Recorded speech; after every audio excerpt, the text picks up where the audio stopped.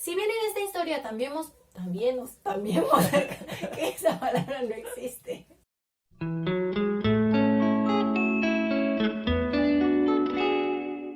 Aloha, soy Carla y esto es Burbuja de Letras.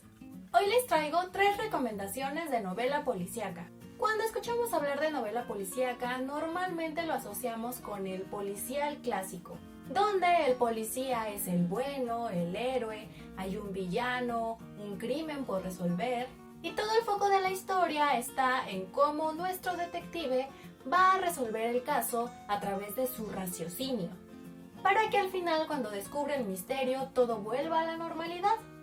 Sin embargo, estas recomendaciones que les voy a dar no son del policial clásico, sino del neopolicial latinoamericano. Si quieren una explicación más clara de las diferencias entre el neopolicial y el policial clásico, los chicos de Locus Amoenus acaban de sacar un video explicándolo muy bien.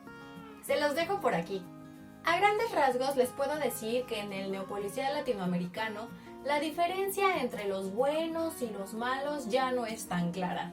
La noción del bien y del mal es más bien relativa. En vez de enfocarse en este aspecto, se suele hacer a los personajes más complejos psicológicamente. Tendremos personajes marginados y se suele usar esta figura del antihéroe con una moralidad muy dudosa. Además, el enfoque de estas historias ya no está en la resolución del crimen.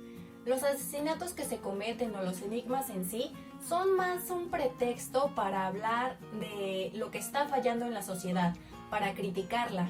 Se hace una crítica cruda a lo establecido para destacar toda esta corrupción, falta de valores que hay dentro de las sociedades, y también hay mucha crítica a las instituciones y a los gobiernos.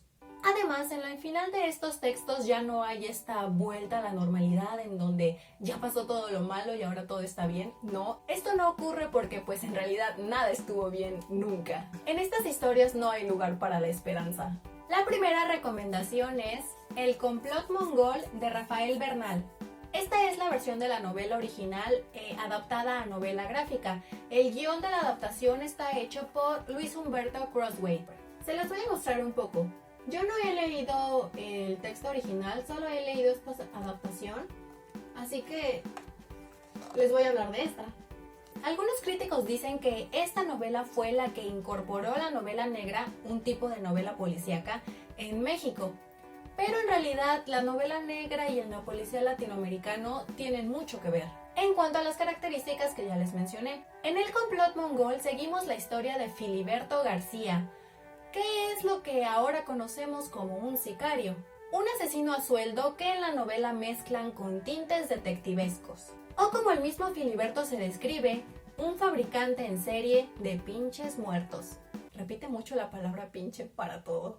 Filiberto trabajaba durante la Revolución Mexicana para generales y políticos que pues le mandaban a hacer esos trabajos, y eso es a lo que se dedicó toda su vida. Un día las autoridades mexicanas lo convocan para que vaya al barrio chino de la Ciudad de México a investigar, pues según fuentes rusas les llegó el rumor de que una comunidad china está planeando el asesinato del presidente de los Estados Unidos, que está próximo a visitar México. Y para esa visita faltan muy pocos días. Así que Filiberto tiene que ponerse a investigar qué hay detrás de este complot mongol, al lado de un agente del FBI y uno de la inteligencia rusa. Porque Rusia y Estados Unidos siempre se han llevado muy bien. Pero pronto Filiberto descubrirá que no todo es lo que parece y que los intereses políticos están por todos lados. Si van a leer esta novela, les recomiendo que lo hagan con una mirada muy crítica y tomando en cuenta los elementos del neopolicial que les expliqué al principio, porque se pueden encontrar con situaciones muy horrendas. Y en sí el personaje de Filiberto es nefasto, pero pues esta es precisamente la intención, que tenga estas actitudes horribles y machistas para mostrar lo peor de la degradación de la sociedad y de las instituciones que no están funcionando. Y si quieren, pues pueden leer primero la versión original y después pasarse a la novela gráfica, lo que se les haga más sencillo. La segunda recomendación es El miedo a los animales de Enrique Serna. Esta no la tengo en físico porque la leí en digital. En esta historia tenemos como protagonista a Evaristo Reyes, un escritor frustrado que termina trabajando como periodista de la Nota Roja para posteriormente postularse para formar parte de la policía judicial. Esto lo hace porque piensa que una vez dentro de la policía judicial va a poder vivir en carne propia el terrible ambiente que se vive ahí, y así lo va a poder plasmar en su próxima gran novela. Evidentemente esto no ocurre y Evaristo se queda trabajando con los judiciales por mucho más tiempo del que pensó y, o sea, sí es judicial, pero también parece que lo tienen como de archivista y así. Un día, su jefe, el corrupto comandante Maitorena, le pide que vaya a investigar quién está escribiendo mal sobre el presidente en el periódico. Prácticamente manda a Evaristo para que le dé un susto al periodista. Evaristo va al encuentro de este periodista, que se llama Roberto Lima, y una vez que están ahí juntos se dan cuenta que en realidad tienen muchas similitudes porque ambos son escritores frustrados.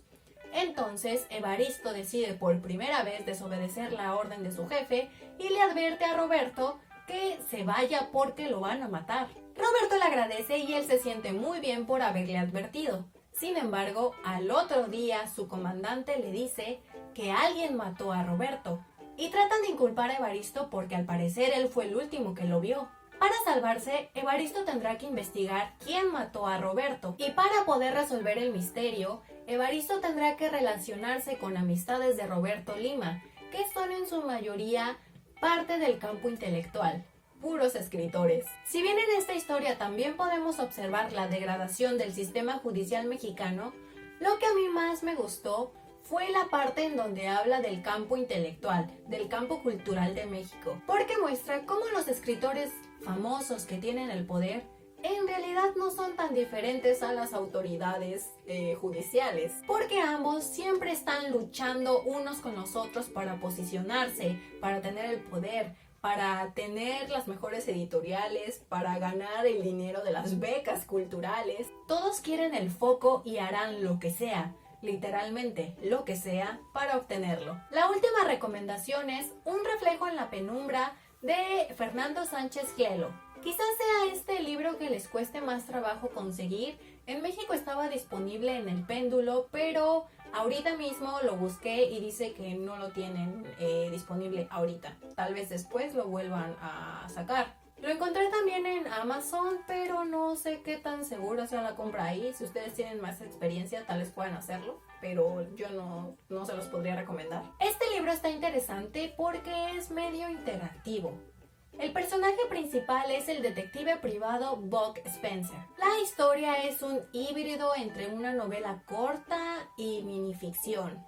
Esto porque está conformada por 34 microrrelatos. La historia no es lineal, sino que en estas minificciones por separado vamos conociendo no solo a Buck, sino a sus enemigos. Tenemos algunas escenas de peleas de gángster o los crímenes violentos. También su encuentro con algunas mujeres, otros donde el detective está haciendo reflexiones sobre él mismo. Y poco a poco se nos van presentando los demás personajes como el capitán Filiberto, el elefante, el cerdo Harry. En sí no hay un hilo claro de pasó esto y el detective va a resolverlo, sino que en la historia te va dejando como estos huecos que tú tienes que ir llenando con las otras minificciones, como una especie de rompecabezas. Por eso digo que es interactiva. Sin embargo, algo también muy genial de esto es que las mismas minificciones por sí solas tienen sentido, tanto en unidad como todas juntas. Además, hasta el final el autor incluye una lista de canciones que puedes escuchar mientras lees el libro. Son todas de jazz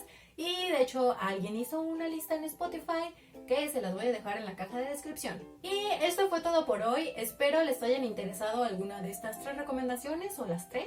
Si ustedes ya han leído alguna, pues me pueden comentar qué les pareció, o si tienen alguna otra recomendación de policíaca, también díganmela. Denle like, suscríbanse y compartan. Yo soy Carla y nos vemos en la siguiente Burbuja de Letras. ¿Qué? Me acuerdo, aló policía. ¿Aló, policía?